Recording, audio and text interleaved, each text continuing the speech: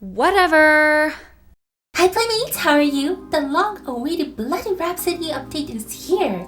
Since we already reviewed a lot of the new gameplay features in the previous video, let's dive into some of the new information that we got today. So some of our hypothesis was true. Carrie did marry John out of a need of an alliance, so it wasn't like a Romeo and Juliet kind of situation. She married John in order to form an alliance with Saint West and Bronn, who had been in skirmishes for years. Nemarius may not have been quite the hero that I had imagined. I gotta give him that, another pat on the back. I feel like he would be like a puppet king controlled by Carrie. Seeing that he was raised harshly by his mother, he had a meek personality, but interestingly enough, they say he's like a weed, and if you guys have a lawn or did landscaping, you would know that weeds are pretty stubborn little ones.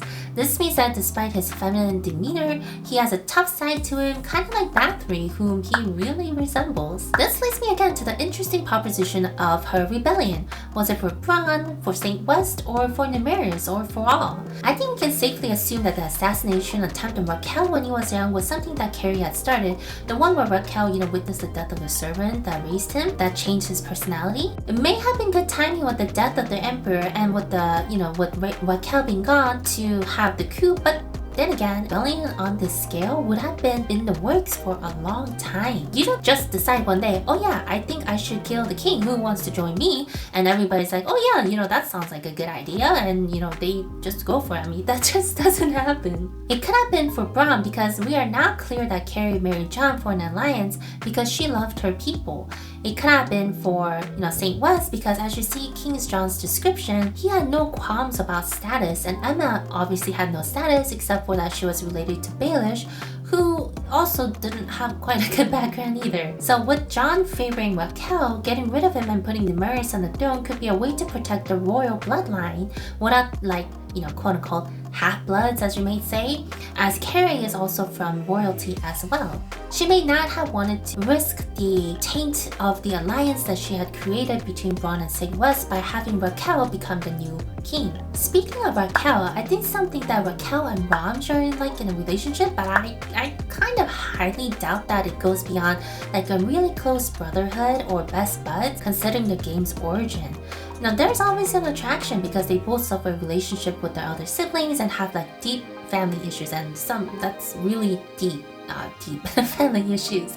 The situation is a little different for them now, obviously, since Ramj is more the hated one and Raquel is more the loved one.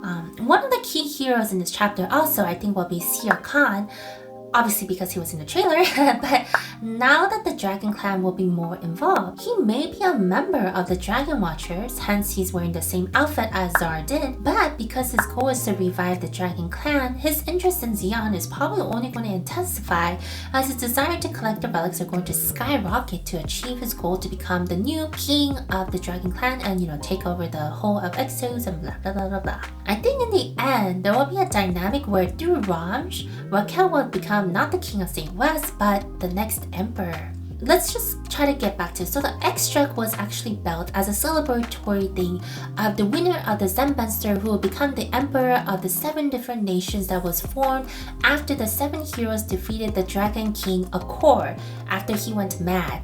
So there was clear indication that Exos was once unified under the Dragon Clan, then they broke into the freelance due to the Dragon Curse, but now they're struggling. Mind you, the unified Exos was actually a peaceful one for years, and the Dragon King was good until he got the curse. So there wasn't anything wrong with the unified nation, it's just the curse that was wrong. In fact, more problems happened after the people got their individual nations that they needed to have the Zenbunster in order to pick out an emperor to keep peace over nations. Taking this into consideration, the X-Struck is kind of like the 7 different pieces that create an ideal, the symbolization of the current Exos of the different nations, while the 7 relics that seal the power of the Dragon King of Kor is kind of like the reminiscence of the previous of a unified Exo. So there's a contrast between the X-Struck and the relics that may cause a friction between those who want the unified nation versus the ones that want the individual nations. But think about it, the X-Struck is pretty harmless, but the relics, I guess maybe it's because they don't know, but since it houses the power of the Akor, of the Dragon King Akor, and he had the dragon curse at the time that they were sealed away, those relics are probably having the curse in them too, and that's probably why Sion has that weird arm thing. Well, not weird, it looks pretty cool. Let's just be real, it looks pretty cool. Little thing on him. So with that in mind, whether they know or not, I think it's a pretty dumb, let's just say it's a pretty dumb idea to go for the relics just for power, especially if you're going to be cursed and end up like, how the Dragon King Accord ended up. But many people grow blind at the sight of power for whatever reason that they may have. Or Exos could be like one of those classic, they killed the Emperor because he was going mad, so they're going to try to prevent another major war from breaking out and hit the extra to try to find the new true Emperor. Well, I guess we'll find out soon.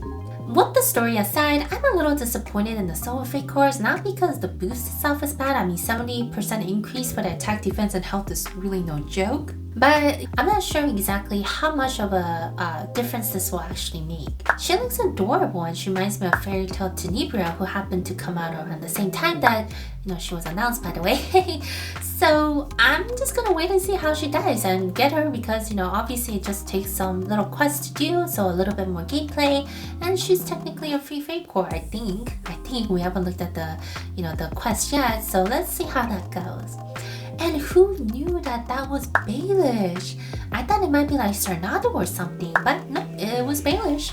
I'm most likely gonna get him, because as some mentioned, he looks like Hao from Hao's Moving Castle, and Hao is love.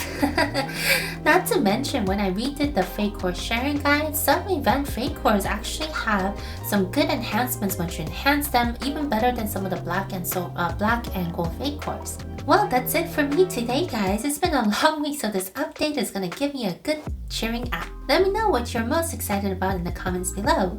And if you like random gaming content, please consider leaving a like, commenting, and subscribing. I post every Wednesday and weekends.